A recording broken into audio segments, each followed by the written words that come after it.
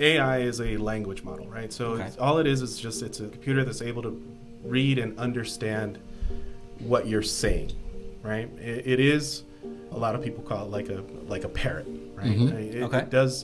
It understands enough to be able to give you a response, right? Now, whether the response is right or wrong, that's up to the prompt that you give it, right? So basically, but we have AI in everything right now, right? So when you're when you're typing a letter out and how it gives you the predictive words, that's AI. Yep. All of that stuff. When it's giving you the typos and the correct word, that's AI. All right, so AI, ChatGPT has developed this thing, a language model that basically understands what you're saying. And it can get the history of everything that's on the internet and be able to give that back to you in words. Yep. All right.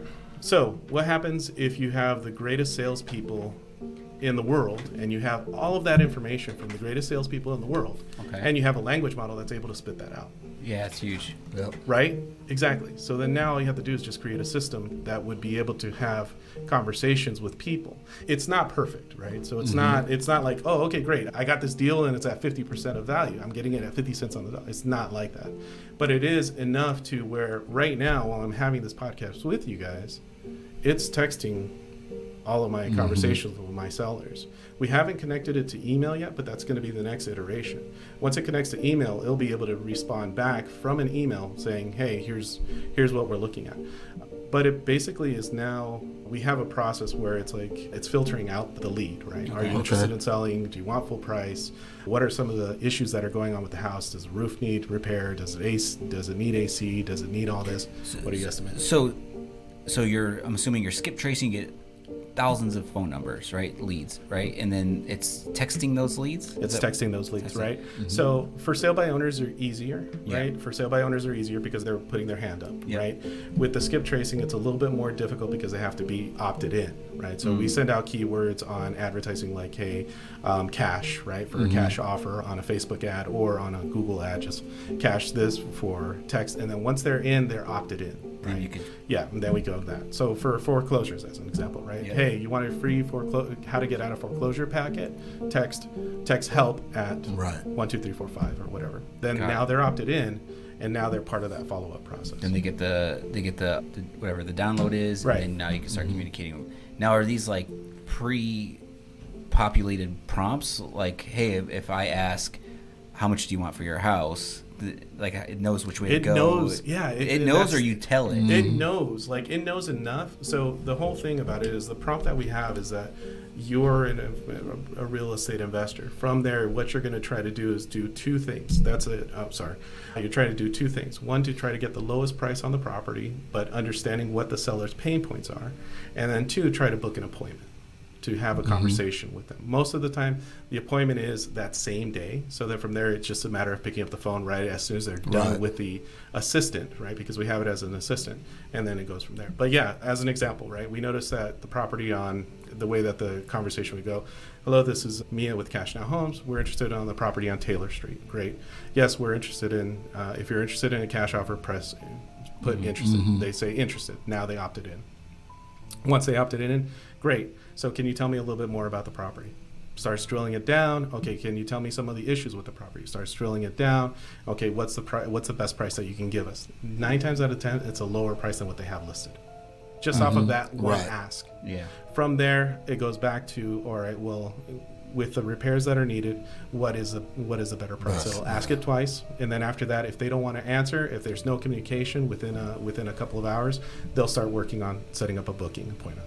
Wow, that's amazing. Yep. So are you noticing that sellers or homeowners are more open to negotiating and giving more information to the text versus a human?